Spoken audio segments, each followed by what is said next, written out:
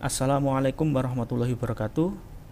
Pada pembahasan kali ini, mata kuliah material handling membahas tentang komponen pesawat angkat-angkut.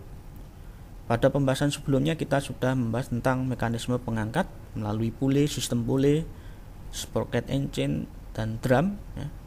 Juga mengangkat fleksibel seperti wire rope atau tali kawat baja. Pada kesempatan kali ini saya akan lebih spesifik menjelaskan tentang motor penggerak. Motor penggerak ini fungsinya untuk menggerakkan gearbox, di mana gearbox nanti yang akan menggerakkan drum. Drum ini yang fungsinya untuk menggulung tali kawat baja yang terkait pada kait atau hook yang digunakan untuk mengangkat sebuah barang. Nah, untuk motor penggerak, bagaimana menentukan kapasitasnya bila digunakan untuk mengangkat beban misalkan 100 Newton atau 100 kg misalkan. Apa saja yang perlu kita cari, komponen-komponennya yang perlu dihitung. Mari kita simak penjelasan secara sederhana mekanisme pengangkatan atau penentuan kapasitas motor penggerak. Pada kesempatan kali ini sudah saya buatkan gambar berkaitan dengan contoh penggunaan motor yang terhubung dengan gearbox yang digunakan untuk menggulung sebuah drum, di mana drum itu fungsinya menggulung sebuah wire rope yang terkait dengan beban M. Beban M sebesar 130 kg dengan putaran N input. N input ini N yang ada pada inputnya gearbox atau outputnya motor sebesar 420 rpm dengan gear ratio sebesar 6. Ini ada pada nameplate-nya gearbox, atau kalau biasanya orang pasaran menyebutnya rasio reduksi, biasanya 1:6. Artinya ketika input dari gearboxnya 420, berarti nanti outputnya adalah lebih kecil 6 kali lipatnya dari input atau N outputnya. Makanya nanti kita cari. Kemudian D outputnya 120 mili. Nah, 120 mili ini adalah outputnya gearbox, diameter outputnya gearbox atau drum, atau diameter drum. Nah, sebelumnya kita cari dulu gearbox rasionya. Gearbox rasionya itu sebesar N in dibagi dengan N out. Kemudian kita tahu ketika mengangkat benda kita ada V yang dihasilkan dari hasil gulungan, yaitu VL, yang arahnya ke atas pada beban M, karena ada putaran dari gearbox, berarti akan menghasilkan gerakan dari M. Kemudian juga putaran dari motor, yang nanti akan kita cari torsinya. Torsinya dari, karena ada putaran berarti akan menimbulkan gaya torsi, yang ditunjukkan pada panah merah. Kita cari N out-nya adalah N in dibagi dengan gear ratio. Dan hasilnya untuk N in-nya 420 rpm dibagi dengan gear ratio-nya adalah 6, sehingga kita dapatkan 70 rpm untuk putaran out pada gearbox-nya. Nah, kemudian kita cari V atau kecepatan linearnya pada drumnya, yaitu R dikali dengan omega, di mana R-nya adalah radius drum. Berarti kita cari pada VL R dikali omega out, jadi yang kita fokuskan pada out-nya gearbox, di mana R out itu nanti kita buat dalam satuan meter ya. Jadi kalau D out-nya 120 mm, R-nya 60 mm, berarti 0,06 meter ya. Berarti kita masukkan R-nya adalah 0,06 meter. Misalkan dari 70 rpm kita rubah 2V/60 untuk didapatkan menjadi radian per second. Jadi 70 rpm dikali 2V/60, ini adalah omega atau kecepatan sudut ya, kecepatan sudutnya.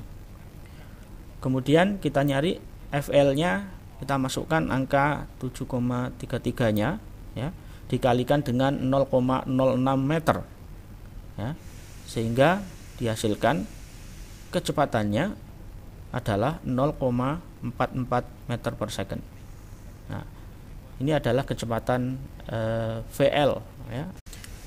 Nah, berikutnya kita perlu tahu efisiensi gearbox ya, yaitu sebesar 72%, di mana setiap gearbox pasti punya efisiensi ya. Pada kesempatan kali ini besarnya 72%. Berikutnya kita akan mencari torsi ya. Nah, torsi adalah F dikalikan dengan jarak.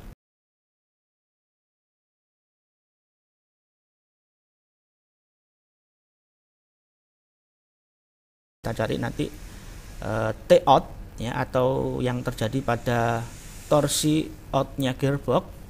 Kita tulis dan kita akan lihat. Nah, kita lihat pada sisi kanan. Kemudian kita gambarkan lagi penampangnya, poros atau diameter drumnya yang dililitkan tali. Kemudian kita kasih beban M ya, di sini beban M. Kemudian kita lihat diameternya ya, diameternya pada drum ya, yang kita nyatakan kita dari R-nya ya, berarti diameter dibagi 2. Kemudian T out itu berarti adalah W atau beban ya, dikalikan dengan radius outnya pada drum. Berarti T out itu dinyatakan massa dikalikan dengan gaya gravitasi, kemudian dikalikan dengan R out-nya. Lalu kita masukkan angkanya, M-nya 130 dikalikan dengan gaya gravitasi 9,81 dikalikan dengan radius dari drum, yaitu 0,06 meter ya. Nah, hasilnya adalah 76,52 Newton meter. Nah, ini adalah torsi yang terjadi pada drum. Nah, berikutnya untuk mencari T-in ya, kita bisa gunakan rumus GR sama dengan T-out dibagi T-in, di mana GR adalah gear ratio ya. Jadi gear ratio itu selain digunakan untuk mencari rasio putaran, juga bisa digunakan untuk mencari rasionya torsi ya, rasio torsi.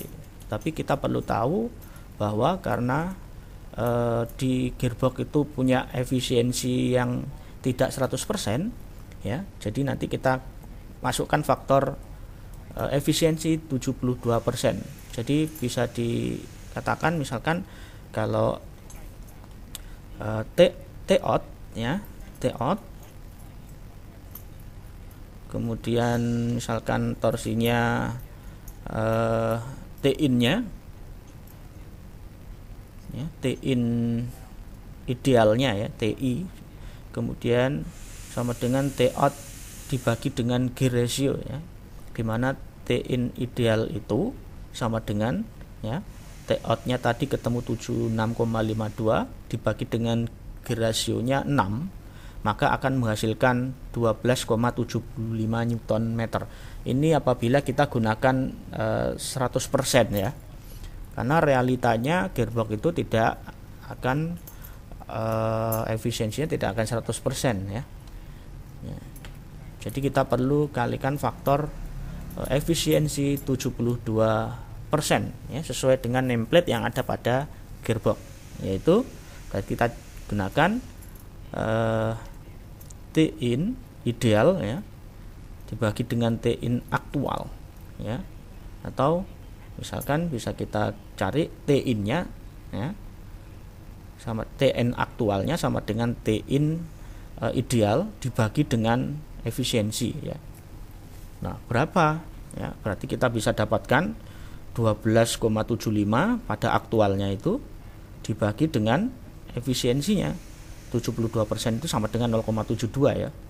Berarti hasilnya gearboxnya berarti kita dapatkan 17,71 Newton meter, ya.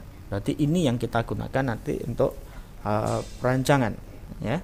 Jadi kita gunakan angka 17,71 Newton meter, ya, seperti itu. Kita highlight untuk yang 100%.